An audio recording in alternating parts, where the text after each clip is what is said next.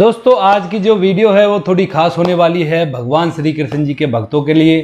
क्योंकि आज की वीडियो में मैं बताने वाला हूँ वृंदावन के बारे में और जो बिहारी जी टेम्पल है वृंदावन में स्थित है उसके बारे में, और भगवान श्री कृष्ण जी की थोड़ी सी एक भक्ति की झलक यहाँ पे मैं आपको बताना चाहता हूँ, क्योंकि वो भगवान श्री कृष्ण जी हैं वो थोड़े ज़्यादा ही दयालु हैं, अपने भक्तों पर बहुत जल्दी कृपा करते हैं। तो दोस्तों आज की वीडियो में सबसे पहला जो टॉपिक आता है वो आता है वृंदावन। वृंदावन क्या है, वृंदावन का वृंदावन नाम क्यों पड़ा? तो दोस्तों आपको बता देना चाहता हूँ वृंदावन का मतलब, वृंदा का मतलब होता है तुलसी,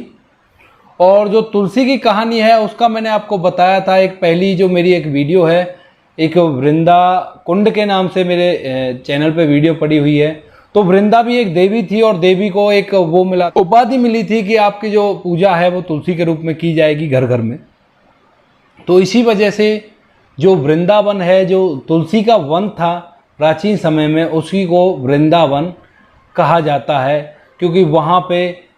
चारों तरफ तुलसी के ही पौधे थे और तुलसी के पौधों से एक वन का निर्माण हुआ था, और उसी वजह से उस जगह को कहा जाता है वृंदावन। अब दोस्तों एक और बात आती है, क्योंकि वृंदावन की जो भूमि है वहाँ पर साधु संतों का एक बहुत बड़ा जत्था रहता है, क्योंकि हर जगह पर आप देखोगे तो साधु संत आपको मिल जाएंगे। ऐसा क्यों है? क्योंकि जो जगह श्री हरि भगवान विष्णु जी के, क्योंकि जो भगवान श्री कृष्ण जी थे वो विष्णु जी के अवतार थे, उनके चरण कमलों से सुशोभित है, तो उस जगह पर भजन करने पर बहुत जल्दी आपको फल प्राप्त होता है। इसी वजह से वहाँ पर साधुओं का जत्था है और ज़्यादातर साधु वहाँ पर रहते हैं, भगवान की प्राप्ति के लिए भजन किया करते हैं। और दोस्तों उसके बाद आता है जो बिहारी जी मंदिर है उसका निर्माण कैसे हुआ, इसके पीछे की भी एक बहुत रोचक कहानी है, उसको मैं आप लोगों को बताना चाहता हूँ। जो बिहारी जी टेम्पल है उसका जो निर्माण है वो करवाया था जो हमारे बहुत ही बड़े संगीतकार थे तानसेन। अब तानसेन का नाम जब आ ही गया है तो थोड़ा सा मैं इनके बारे में भी आपको बता दूं।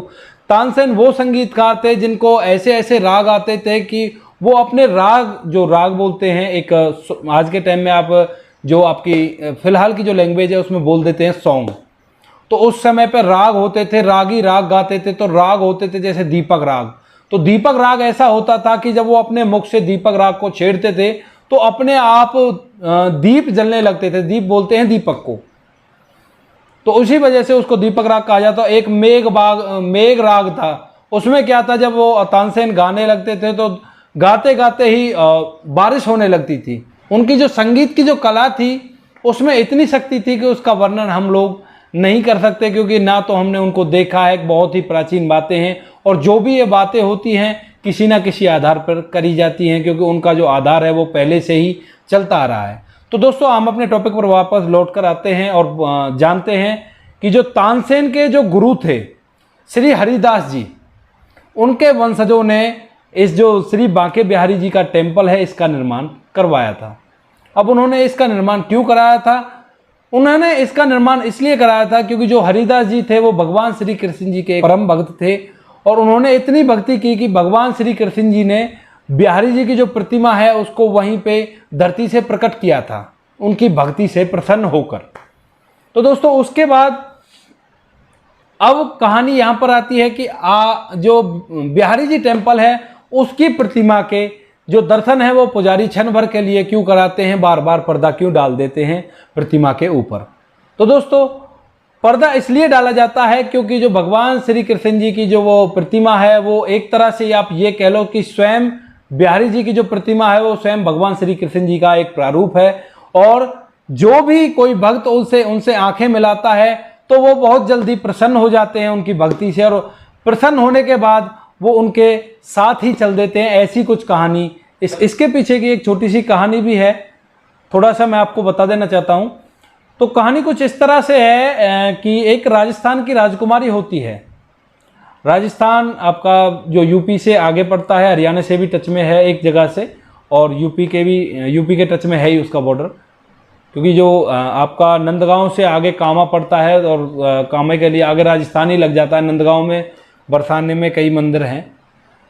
और राजस्थान में भी काफ़ी जगह है प्राचीन। जो कामा है, काम्य वन, वो भी प्राचीन वृंदावन माना जाता है।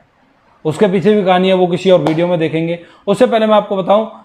जो राजस्थान की एक राजकुमारी होती है वो बिहारी जी के दर्शन करने के लिए आती है, और बिहारी जी के दर्शन करने के साथ साथ ही वो उनकी आंखों से आंखें मिलाती है, और आंखें मिलाते ही उनको उनकी भक्ति का जादू है वो चल जाता है, और उसके बाद वो अपने जो राजस्थान में अपने माता पिता के पास नहीं जाती, वृंदावन में ही रहने लगती है। तो दोस्तों इसी कारण से बार बार जो पुजारी हैं उस पर्दे को लगाते हैं, क्योंकि इस वजह से जो संसार का नियम है, अगर हर कोई वृंदावन में रहने लगेगा तो वृंदावन का बहुत बुरा हाल हो जाएगा, वहाँ पर जगह नहीं बचेगी, क्योंकि बिहारी जी की जो कृपा है। और आप लोग इस चीज़ को महसूस भी कर सकते हो, आप वृंदावन और नंदगांव, बरसाना, गोकुल इन जगहों पर अगर जाते हो तो आपको एक अलग ही आनंद आता है और एक अलग ही भावना महसूस होती है आपके अंदर से, क्योंकि उन जगह पर कुछ ना कुछ तो है कि जिस वजह से उनका इतना बड़ा महत्व है। क्योंकि ये सब चीज़ मैं खुद फील कर चुका हूँ, क्योंकि इससे पहले वीडियो मेरे बार बार जगह जगह पर जाने के थे, और अब मैं थोड़ा बैठ के वीडियो बनाने लगा हूँ।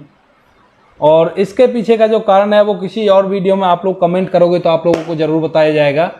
कि मैं बैठ के फ़िलहाल वीडियो क्यों बनाने लगा, वहाँ पर जाके वीडियो क्यों नहीं बनाता। तो दोस्तों आशा करता हूँ आपको आज का वीडियो बहुत ही अच्छा लगा होगा। अगर अच्छा लगा तो हमारे चैनल को लाइक करें, वीडियो को शेयर करें और सब्सक्राइब ज़रूर करें, क्योंकि ऐसे ही वीडियो लगातार देखने के लिए आपके लिए लेकर आते रहेंगे, और आपका कम से कम समय लेकर आपको अच्छी से अच्छी जानकारी देने की पूरी कोशिश करेंगे।